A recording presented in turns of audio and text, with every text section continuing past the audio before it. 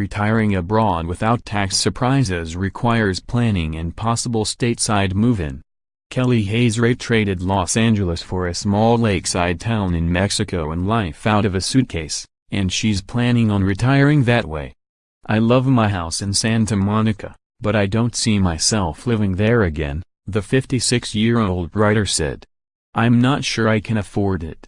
She house sits for an expatriate couple, spending half the year in Ajijic, Mexico, just south of Guadalajara. Hayes-Wright, author of How to Become a House-Sitter, Insider Tips from the House Sit Diva, splits the remainder of her time looking after others' homes in Southeast Asia and Europe. She is among the 9 million American citizens who reside overseas, according to the State Department. Nearly 500,000 receive Social Security benefits while residing in foreign countries.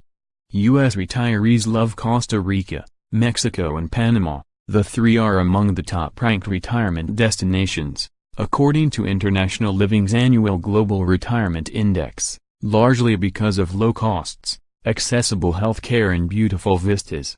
More, 96% of Americans are not taking advantage of this Social Security benefit. More, what does it take to become a 401k millionaire?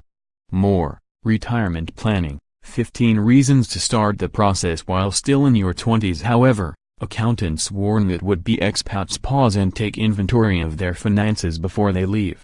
Failure to weigh the tax impact of a move overseas could mean you'll be on the hook for an unexpected bill from Uncle Sam, your home state, or the tax authority in your new country of residence. "It's all one big equation," said Douglas Ralph, a CPA with Greenback Expat Tax Services. "Maybe it will be cheaper to live in Spain, but some of these countries have wealth taxes and different property taxes that arise from owning condos," he said. "These things crop up. Here's where to begin if you'd like to clean up your taxes before you board that flight. Before you choose your destination, dig into the tax system there. The U.S. has tax treaties with some foreign nations, which may give residents of those places a tax break in the form of lower rates or certain exemptions. This isn't always the case. Though there may be U.S. tax benefits associated with your residence abroad, a country that operates on a residency-based tax system may charge a high tax on your income simply because you live there," said Caitlin Minute, a CPA with Bright Tax. A couple look at Alfama, one of the city's historic neighborhoods, from the Mirador de Santa Luzia in Lisbon, Portugal. Get to know how U.S. tax laws will apply to your streams of income.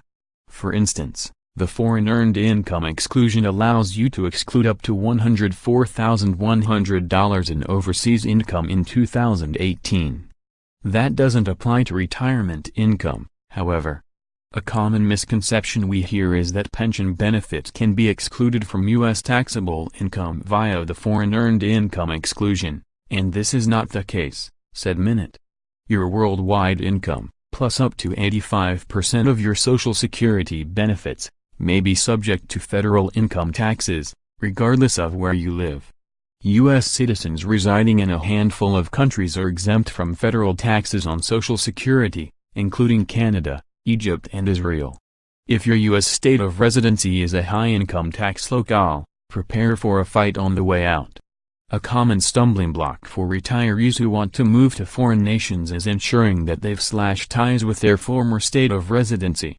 Failure to make a clean break may mean that your home state will continue to consider you a resident and will hit you up for taxes, even if you're living off your retirement savings in Costa Rica.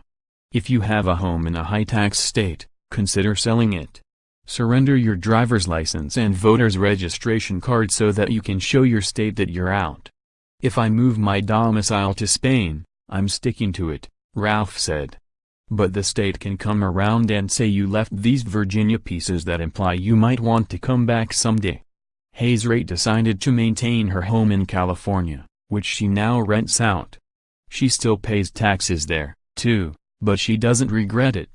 My income isn't much, so it's almost a moot point, she said. I like coming home to vote and my health care is based in the U.S. It doesn't hurt to maintain a U.S. mailing address. Consider signing up for a mail forwarding service. Some companies will also send you scanned images of your correspondence so that you have real-time access to your mail. Do your homework on opening foreign bank accounts if you'll need one for spending, and make sure you know how those banks treat U.S. citizens. Americans who hold accounts abroad are subject to additional reporting requirements. They need to file a report of foreign bank and financial accounts or FBAR with the Treasury's Financial Crimes Enforcement Network. They must also file additional reports with the IRS as they submit their income tax returns.